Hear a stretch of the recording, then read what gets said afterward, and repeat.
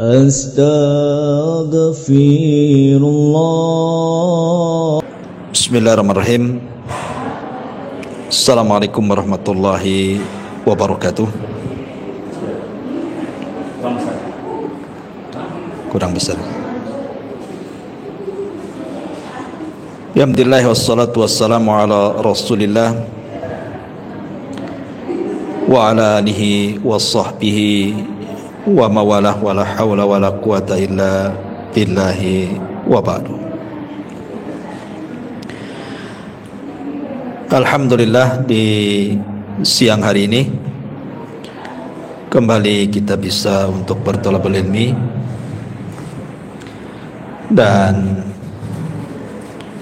kita pada siang hari ini sudah masuk pada bab yang ke-48,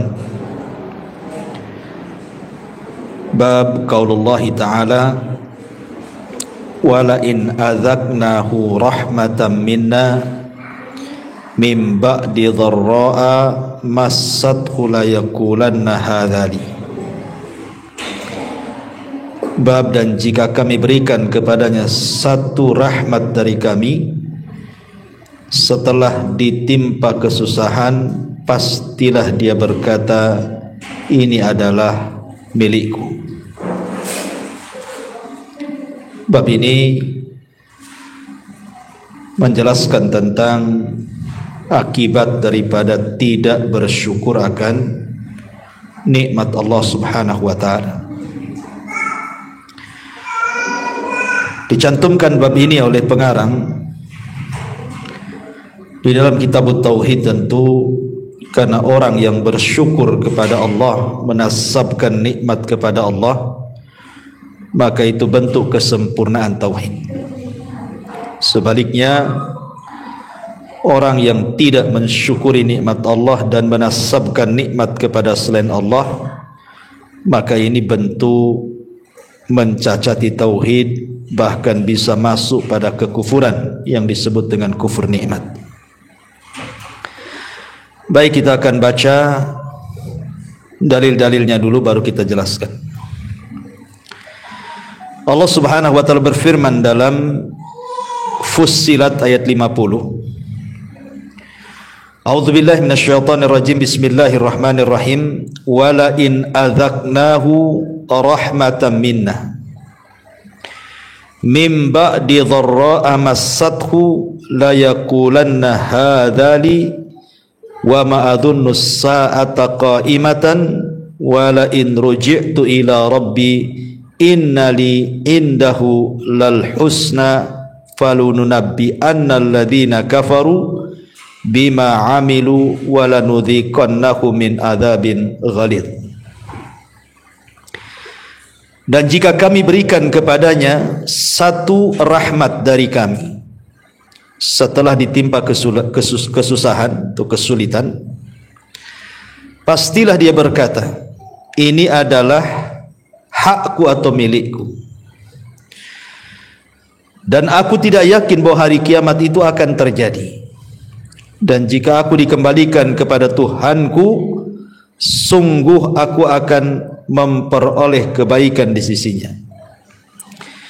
Maka sungguh akan kami beritahukan kepada orang-orang kafir tentang apa yang telah mereka kerjakan, dan sungguh kami akan timpakan kepada mereka azab yang berat. Al-Imam Mujahid berkata dalam ayat ini, maksudnya kalimat hadzali, ini hakku, maksudnya adalah hadza bi amali wa ana mahkukun bihi. Ini adalah hakku atau milikku, yaitu karena jerih payahku dan aku berkah mendapatkannya. Ibnu Abbas radhiyallahu anhuma berkata, yuridu min indi, yaitu ini adalah dari diriku sendiri.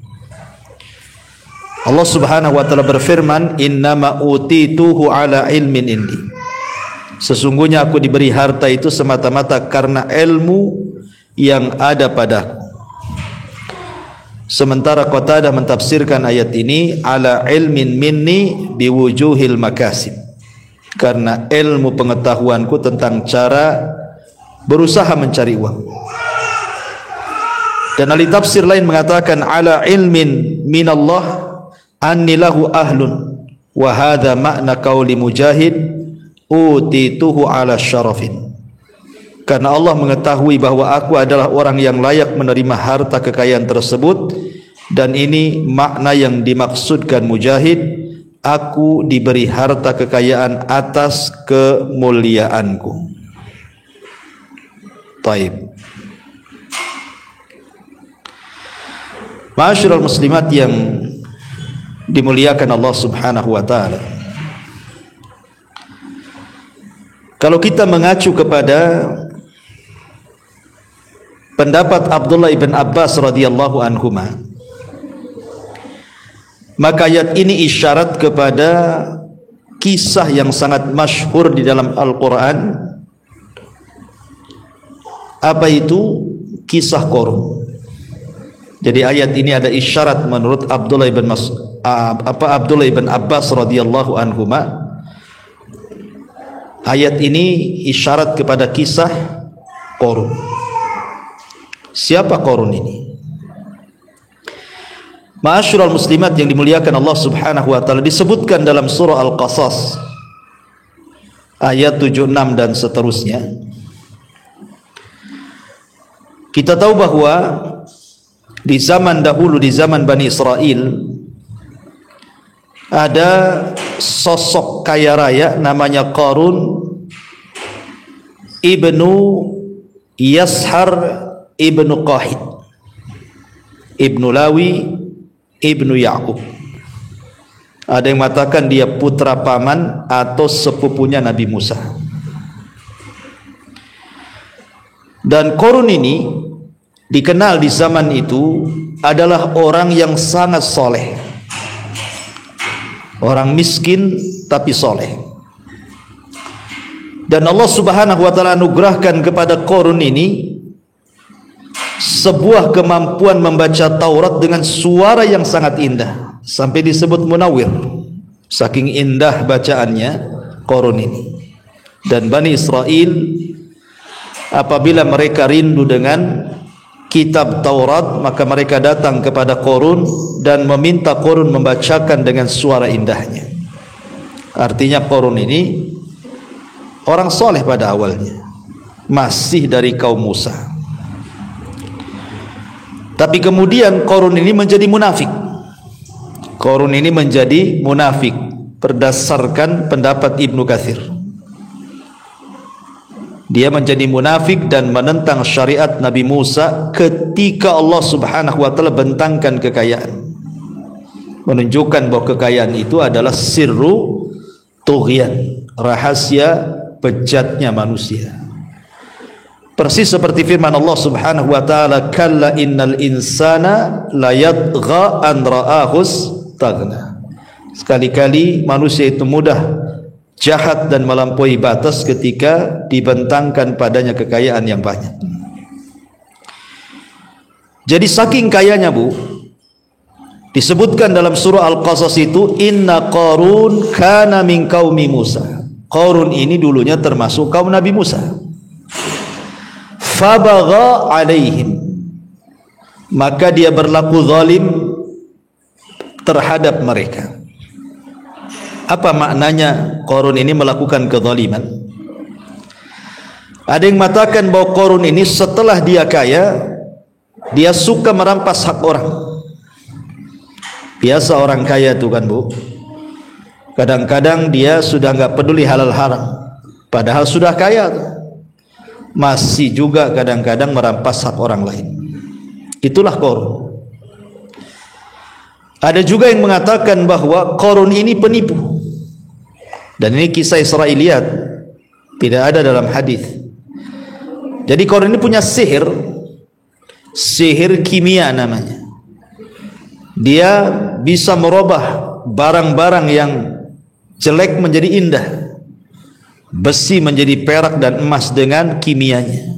Maka disebut sihir kimia. Itu Qarun punya sihir itu.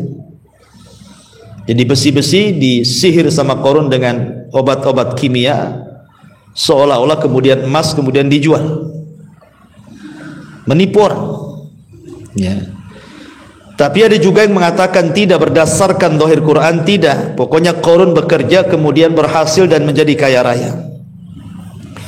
Makanya Allah Subhanahu wa taala katakan wa atainahu minal kunuz ma inna mafatihahu latanu bil usbati ulil quwwah. Jadi Qarun ini, kata Allah, kami anugerahkan kepadanya pembendaharaan harta yang kunci-kuncinya saja sungguh berat dipikul oleh sejumlah orang-orang yang sangat kuat. Sampai-sampai sebuah riwayat mengatakan bahwa kunci-kuncinya Qarun itu, itu butuh kepada 60 bighal. Bighal itu sejenis kuda kecil, kuda poni gitu ya, untuk mengangkutnya. Itu kunci gudangnya saja itu dibawa oleh 60 bighal, sejenis kuda tadi. Berarti kan gudangnya banyak tuh. Kalau kuncinya saja 60 bighal kan, berarti gudang kekayaannya itu banyak sekali.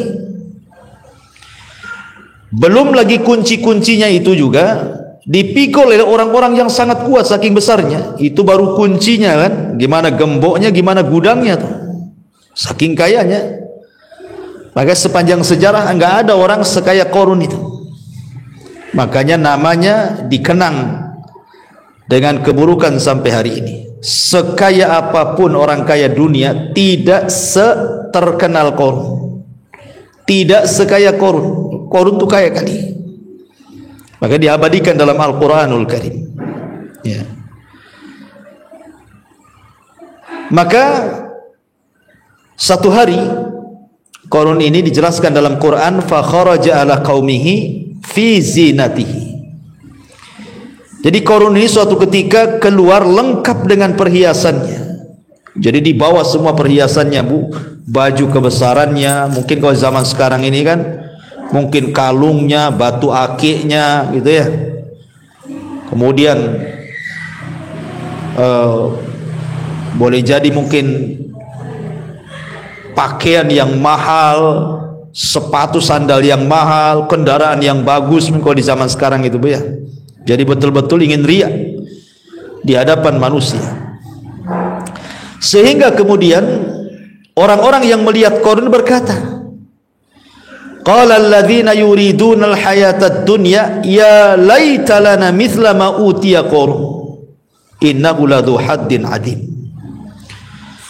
Jadi orang-orang yang cenderung hatinya kepada dunia melihat Qarun itu, mereka mengatakan, duhai kiranya kita diberikan kekayaan seperti yang diberikan kepada Qarun.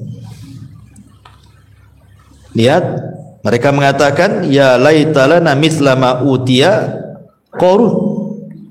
Sungguh Qarun benar-benar mendapatkan keberuntungan besar. Dari sini ada faedah, Bu. Terkadang, Bu, setiap manusia itu kan punya hasad ya, Bu. Saya, Ibu pasti punya hasad. Siapapun punya hasad.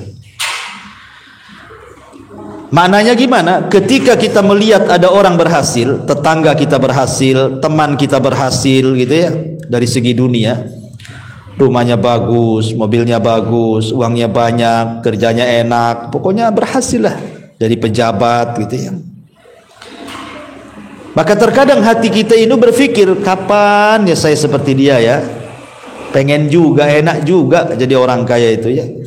Pakai mobil enak, uang banyak, pergi-pergi kemana senang, bisa pelesiran, bisa jalan-jalan, makan tinggal tunjuk, dan begitu seterusnya.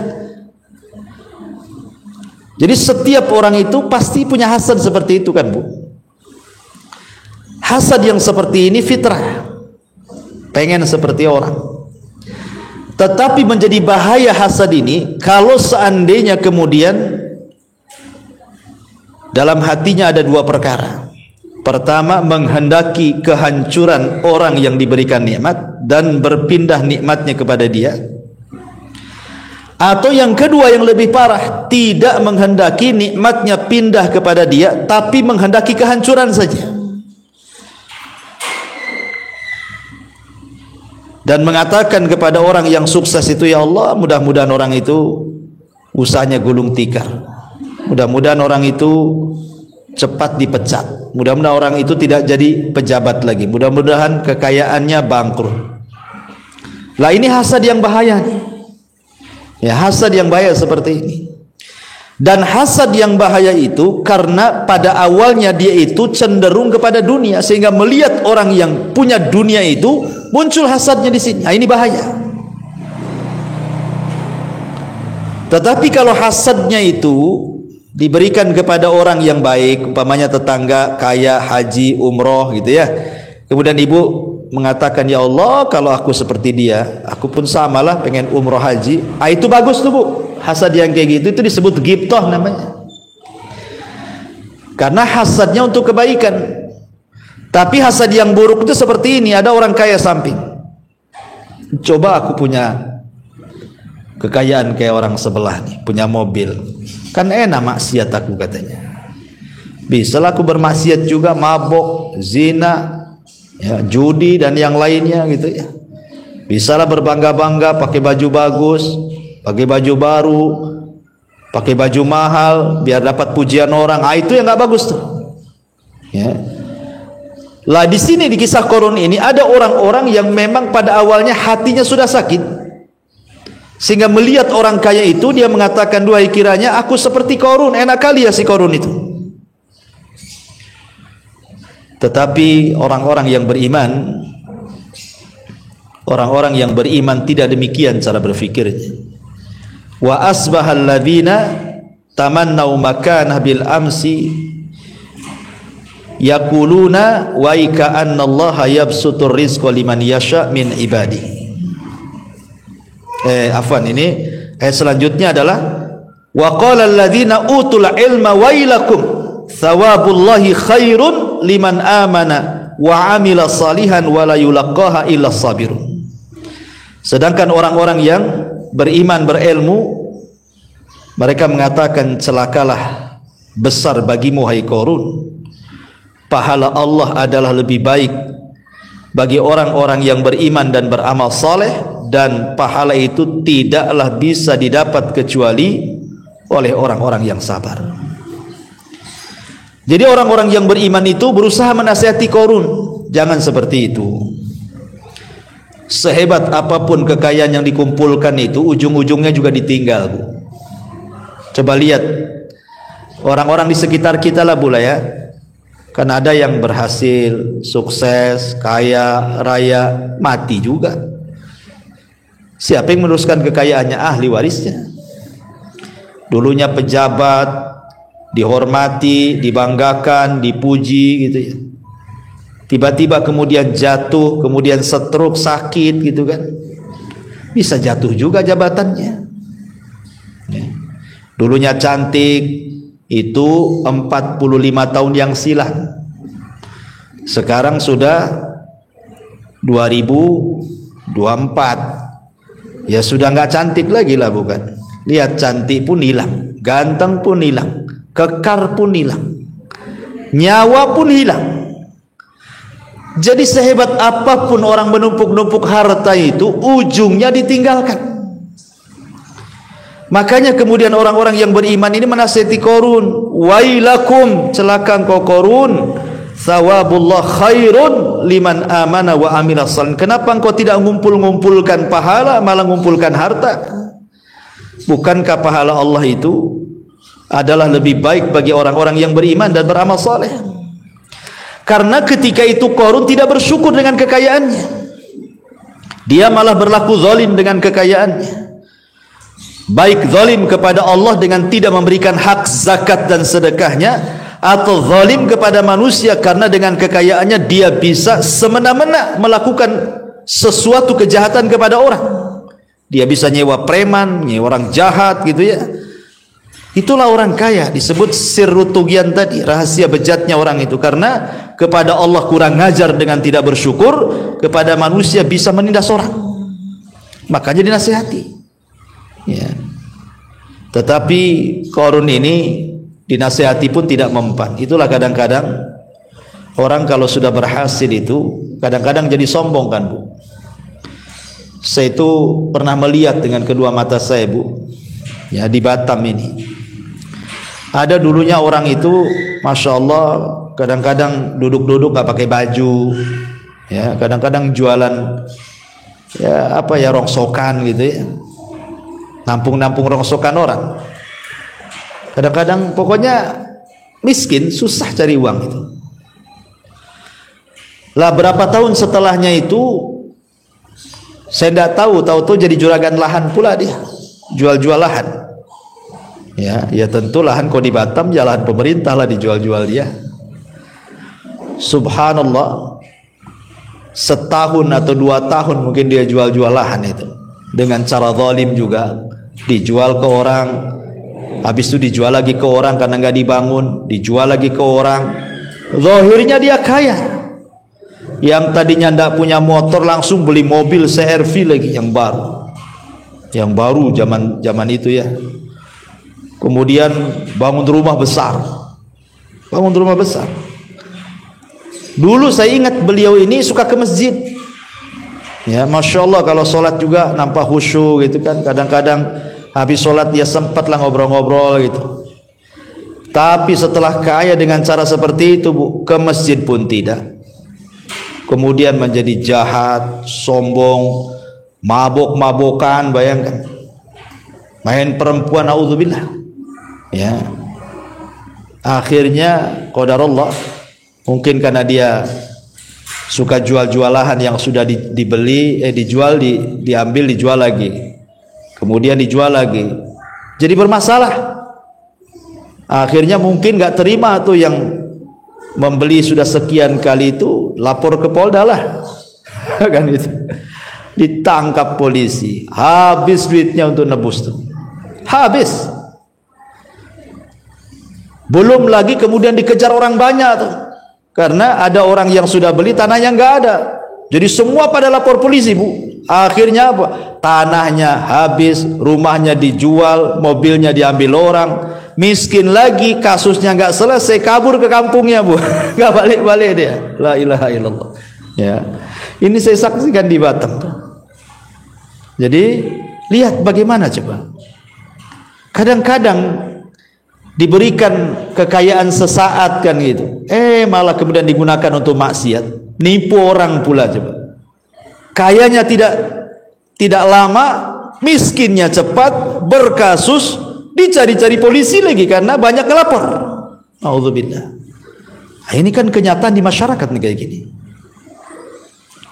Ini masih azab dunia, Bu. Masih mending kalaupun ditangkap polisi di penjara ngasih dikasih makan kan itu ya. Gimana azab kubur, di mana azab neraka? Masih apa yang ngasih makan di sana? Walaupun dikasih makan pun api neraka yang dimakan. Nauzubillah. Lihat Qarun ini. Akhirnya Allah Subhanahu wa taala kemudian mengatakan, fa khasafna bihi wa bidarihi al-ardha fama kana lahu min fi'atin yansuruna min dunillahi wa ma kana minal muntasirin. Maka kami benamkan Qarun beserta rumah-rumahnya ke dalam bumi, maka tidak ada baginya satu golongan pun yang menolongnya terhadap azab Allah, dan tiada ia termasuk orang-orang yang dapat membela diri di hadapan Allah Azza wa Jalla. Ketika Qarun diazab oleh Allah, ada yang mengatakan ini kan kisah Israiliyat, Bu ya, tapi dicantumkan di dalam kitab-kitab tafsir. Ya, kita ceritakan sajalah sebagai pelezat kisah ya. Jadi Qarun itu hasad kepada Nabi Musa karena merasa dia kaya. Dia berpikir kenapa kenabian itu tidak diberikan kepada dia, dia kan kaya. Dia pikir Qarun itu bahwa kekayaan itu tanda sayang Allah kepada dia gitu ya. Sebagaimana tafsir daripada Imam Al-Mujahid ataupun ya Imam Mujahid mengatakan hadza bi amali wa ana mahkukun bihi. Jadi ini kekayaan itu berkat kerja payahku dan aku diberkahi oleh Allah. Jadi seolah-olah ada sebagian orang yang diberikan kekayaan itu merasa bahwa saya kaya itu karena sayang, Allah itu sayang dengan saya. Allah memuliakan saya, kalau Allah nggak sayang ngapain saya diberikan kekayaan katanya. Ya pasti dimiskinkan lah kalau Allah nggak sayang katanya. Kan ada di masyarakat tuh ngomong gitu, ya karena Allah sayang aja sama saya katanya. Bu, kekayaan itu bukan sayang atau tidak sayang. Karena Allah Subhanahu wa taala itu memberikan kekayaan itu kepada yang dicintainya dan kepada yang tidak dicintainya. Beda dengan iman, Allah berikan kepada orang yang dicintainya saja. Sebab sepanjang sejarah rata-rata orang kaya itu kafir. Namrud kaya kafir, Fir'aun kaya kafir, Abu Jahal, Abu Lahab kaya kafir, Al-Walid Umayyah kaya kafir, Haman kaya kafir gitu. Termasuk Qarun kaya kafir. Rata-rata kekayaan itu dipegang orang kafir. Artinya bahwa kalau seandainya memang tanda orang kaya itu tanda dicintai Allah, ya tidak mungkin Allah cinta sama Qarun, sama Namrud, sama Fir'aun, sama Abu Lahab, sama Abu Jahal. Kalau Allah sayang, kenapa masuk neraka orang-orang ini? Jadi menunjukkan bahwa kekayaan itu bukan karena tanda sayang. Boleh jadi itu ujian dari Allah Subhanahu wa ta'ala. Jadi Qarun itu merasa hasad dengan Nabi Musa. Harusnya kenabian itu jatuh kepada dia, ngapain diberikan kepada Musa yang miskin katanya kan. Mulailah Qarun ingin membuat makar kepada Nabi Musa, karena ketika itu Nabi Musa mengutus orang-orangnya untuk meminta zakat kepada Qarun. Kata Qarun, enak saja, innama utituhu ala ilmin indi. Ini harta ini aku dapat semata-mata karena ilmu yang ada padaku. Kan banyak Bu yang sombong kayak gitu. Sampai ada cerita itu. Jadi ada orang kaya Bu, kemudian ada orang miskin bertamu. Kata orang miskin ini, Masya Allah, bersyukurlah antum diberikan kekayaan yang melimpah katanya. Orang kaya ini marah dengan mengatakan, bukan begitu, ini bukan dari Allah, ini kerja keras saya katanya. Ngomongnya gitu sih Bu. Enak saja katanya. Ini karena kerja keras saya, bukan karena Allah yang kasih katanya. Ini kan kufur nikmat Bu. Dia mengatakan innama utituhu ala ilmin indi. Pasti seperti yang dikatakan Qarun, bahwa harta ini semata-mata karena ilmu yang aku miliki. Seperti mamanya orang mengatakan, ya wajarlah kalau saya kaya, saya kan kuliah sampai S3 sampai doktor, masa doktor miskin kan gitu. Ya wajar saya profesor kaya, masa profesor miskin. Wajar saya menteri kaya, wajar saya enggak. Kekayaan itu bukan Anda menteri, Anda profesor, Anda doktor, Anda presiden, Anda pejabat. Tidak, kekayaan itu datang dari Allah. Kekayaan itu datang dari Allah. Allah memberikan sesuai dengan kehendaknya dan Allah mencabut sesuai kehendaknya karena hikmah yang Allah Subhanahu wa taala kehendaki. Ya. Jadi Qarun ini kemudian merencanakan makar kepada Nabi Musa dengan cara apa?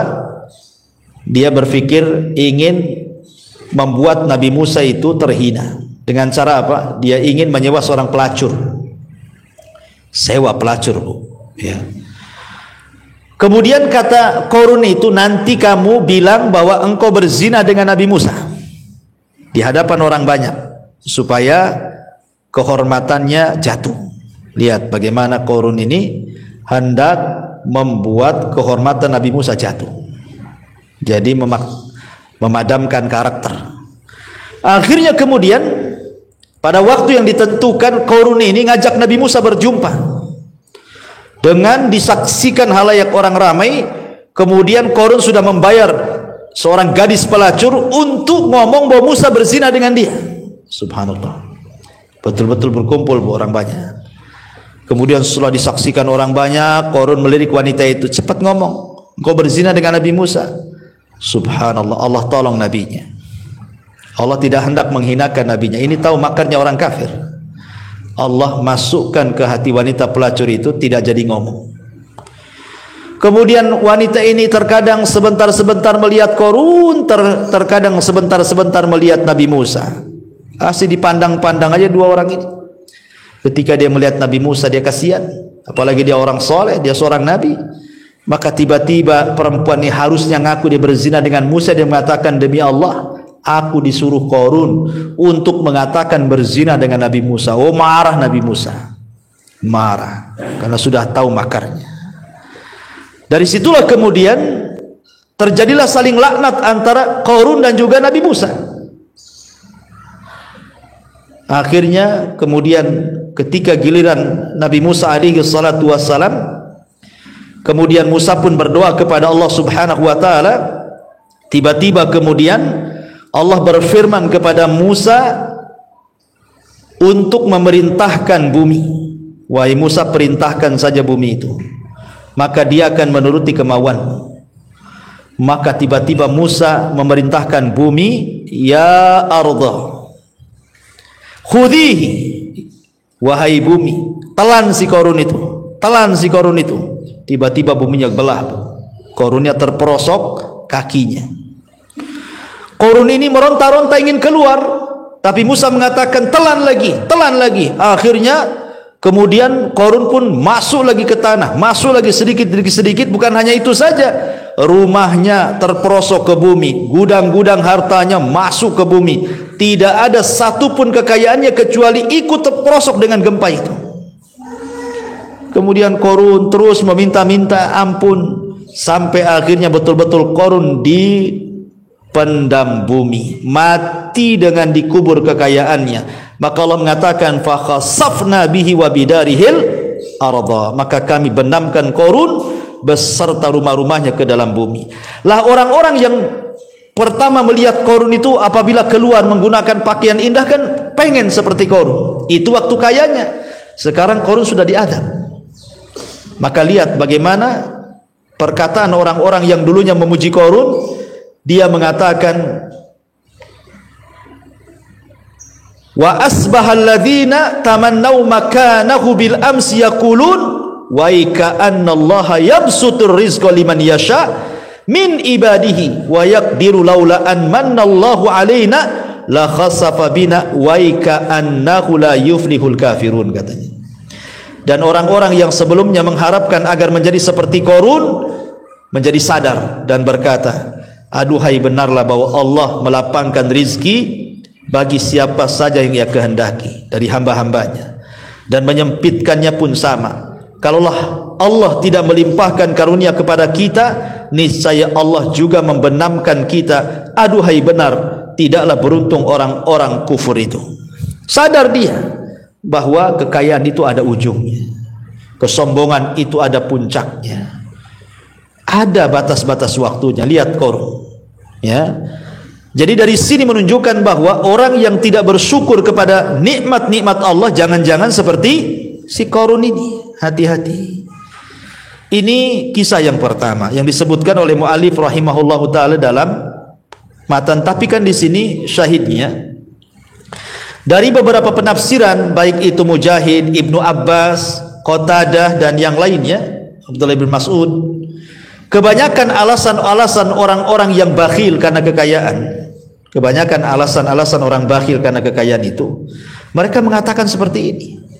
Saya kaya itu karena saya punya ilmu, saya berusaha, saya punya skill, saya itu siang malam kerja, wajar kaya, kan itu Bu ya. Atau karena Allah cinta dengan saya, ya. Atau memang ini sudah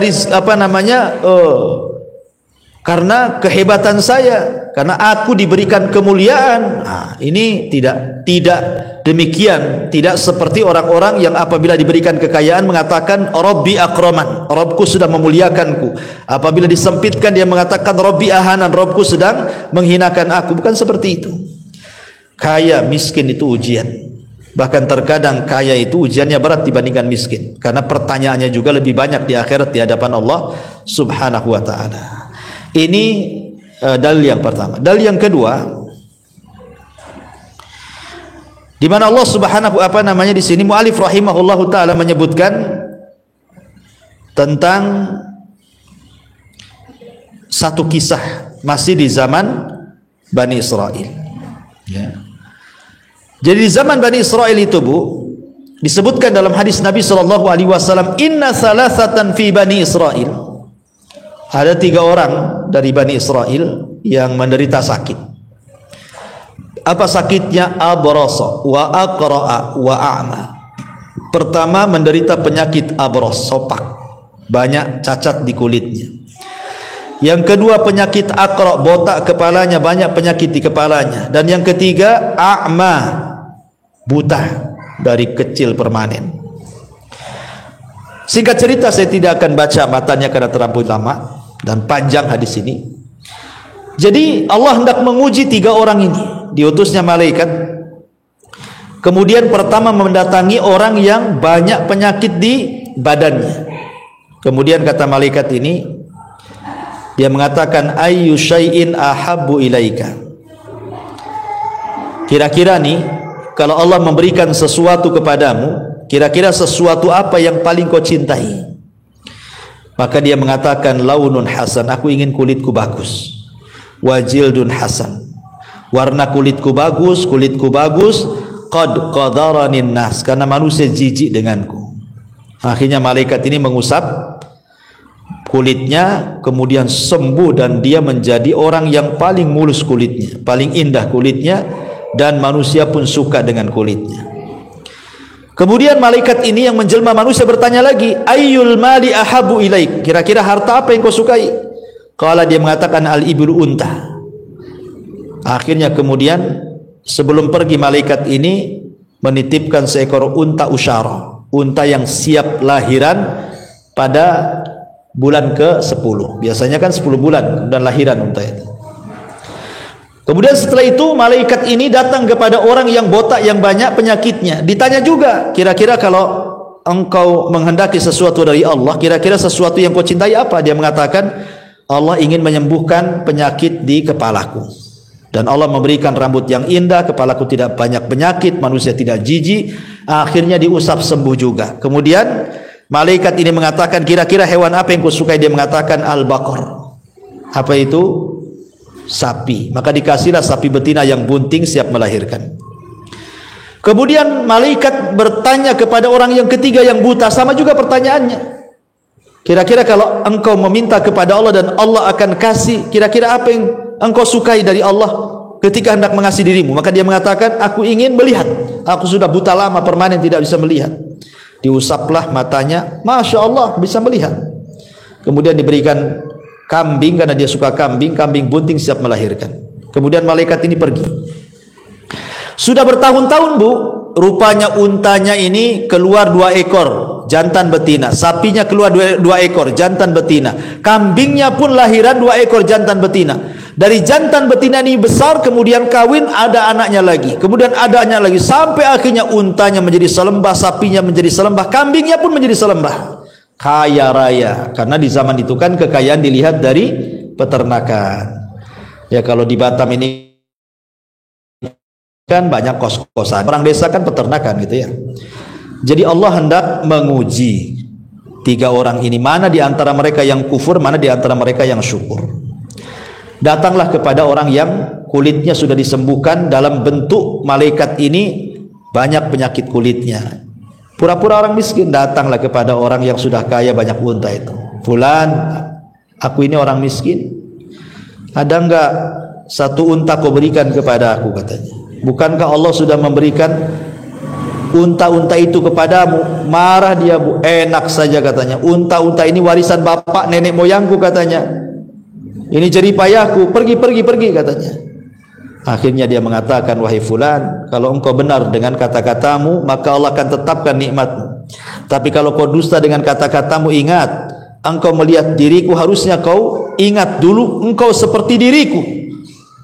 Maka kalau engkau berdusta, Allah akan kembalikan. Akhirnya dikembalikan, Bu, karena dia berdusta. Dikembalikan lagi penyakitnya, dimatikan semua untanya, miskin lagi.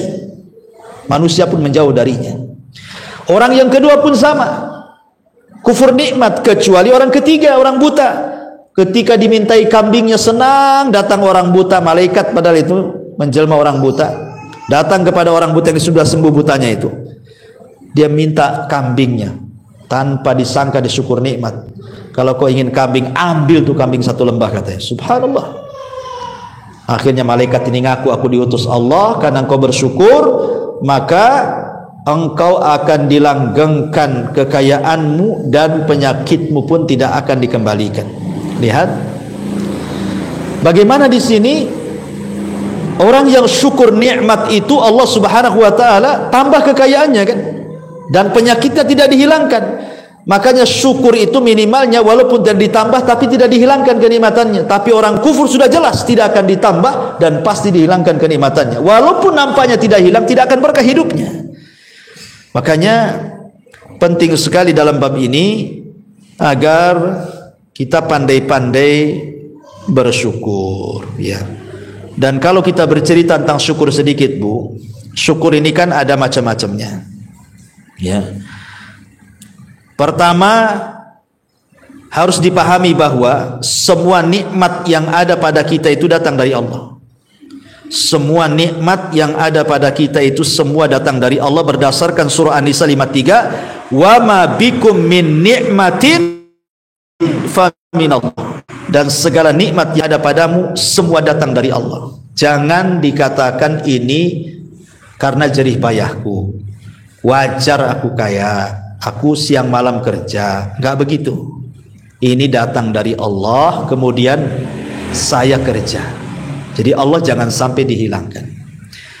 Kemudian yang kedua, janganlah seseorang itu merasa bahwa dia pantas mendapatkan satu nikmat, karena jika seseorang sudah merasa bahwa dia pantas mendapatkan nikmat tersebut, maka seringnya menjadikan dia jatuh ke dalam sifat ujub, Bu. Jangan.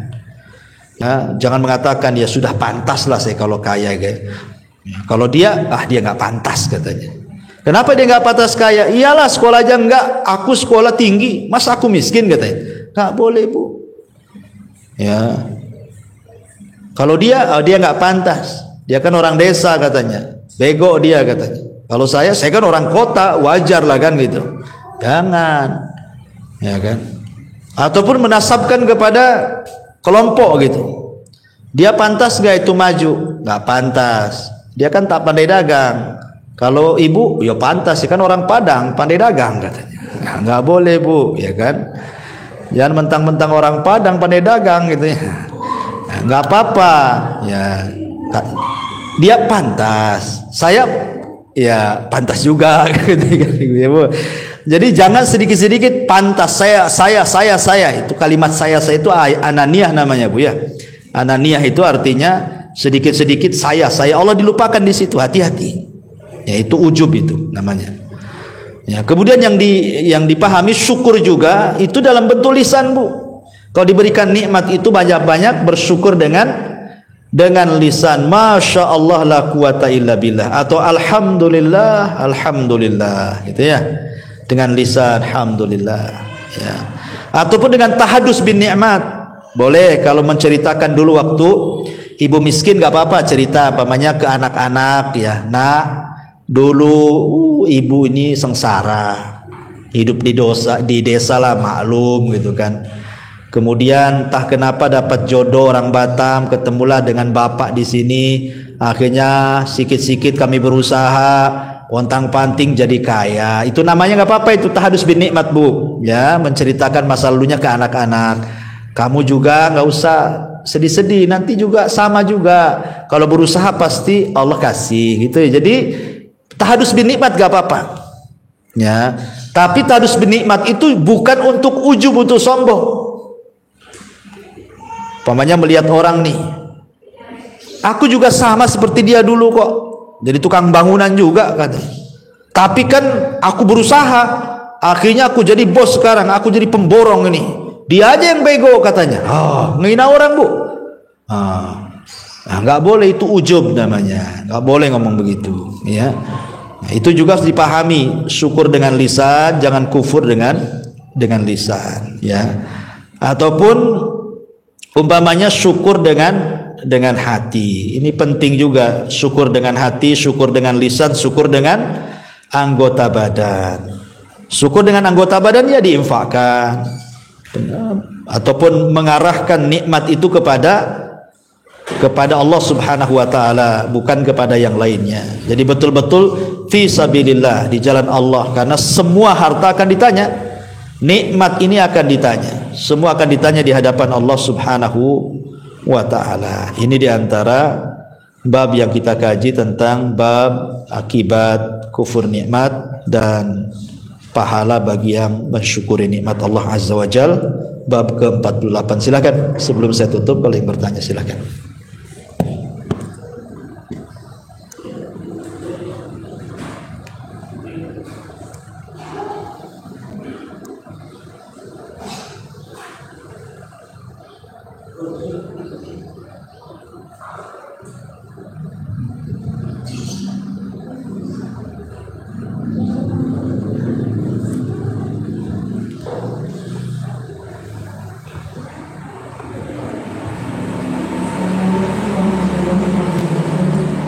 Waalaikumsalam warahmatullahi wabarakatuh.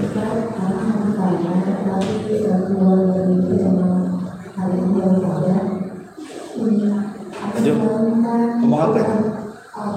Coba kesini kan.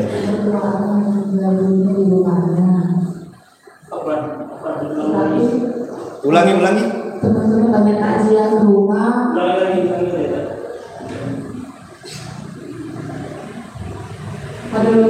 Ini Ustaz, mertua anak kan bulan 7 kemarin, tahun lalu bulan 7 meninggal dunia.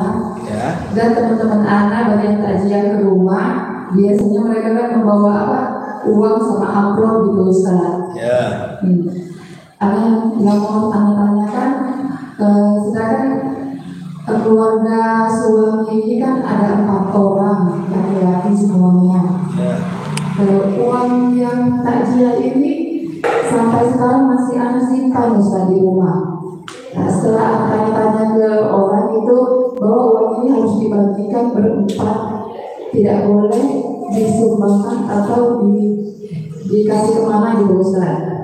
Iya. Itu bagaimana Ustaz uang yang sekarang anak pegang ini?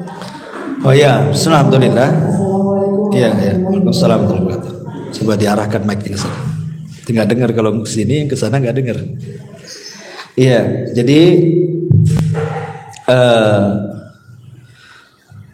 pertanyaannya ini, jadi kalau seandainya seseorang meninggal, kemudian datanglah tetangga-tetangga melayat, bawa amplop, bawa beras, bawa pisang, bawa macam-macam lah Bu ya.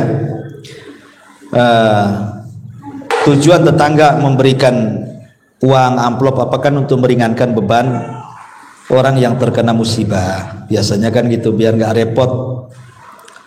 Makanya budaya yang baik gitu ya, kalau takziah memberikan uang apa itu budaya baik, itu karena untuk meringankan beban. Karena bisa saja kadang-kadang yang meninggal itu adalah orang yang paling berjasa di keluarganya, yang ngasih nafkah keluarganya setelah dia meninggal, berat keluarganya kan, karena orang yang selama ini menafkahinya meninggal. Itulah butuhnya uluran orang, sehingga takziah membawa uang, ya uanglah yang paling dihajatkan gitu Bu ya. Sekarang pertanyaannya kan, anak daripada almarhum atau almarhumah itu kan ada 4 kata ibu itu. Bagaimana posisi uang takziah itu kemana? Ya sekarang ibu berunding saja dengan anak-anaknya yang lainnya, dalam hal ini ya saudara ibu gitu ya. Kira-kira bagusnya gimana? Karena itu kan orang memberi itu kan biasanya untuk anak-anaknya, bukan untuk yang sudah meninggal, bukan. Biasanya untuk takziah ini kan untuk keluarga yang ditinggal. Setahu saya begitu kebiasaannya. Ada orang bawa beras karena untuk meringankan keluarga yang ditinggal. Berarti kan itu milik anak-anaknya bersama. Ingat, itu milik anak-anaknya bersama. Tapi kalau ada kesepakatan anak-anaknya, umpamanya sudahlah uang-uang orang ini kita sedekahkan balik saja, kita niatkan hartanya untuk yang meninggal, yaitu lebih baik lagi.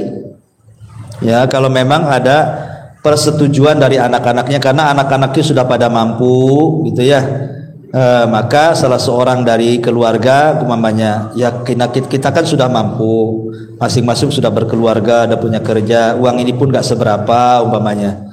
Gimana kalau kita sedekahkan ke panti asuhan, ke anak yatim, pembangunan masjid atau gimana, kita niatkan pahalanya orang tua, itu lebih baik lagi, gak ada masalah gitu kan. Tapi kalau umpamanya di antara ada keluarga itu mungkin yang kurang mampu, di antara sekian banyak yang mampu, ya kasihkan saja ke orang yang gak mampu dari saudara-saudara itu siapa gitu kan. Karena kasihan dia hidupnya gitu ya. Mudah-mudahan dengan uang itu bisa ikut juga meringankan meringankan beban sedih dia gitu ya. Jadi sebenarnya itu masalah luas ya, masalah luas, tergantung kebijakan keluarga ya. Iya, saya kira itu jawabannya. Wallahu a'lam. Mobil saya? Bukan. Mobil saya kan? Bukan. Oh.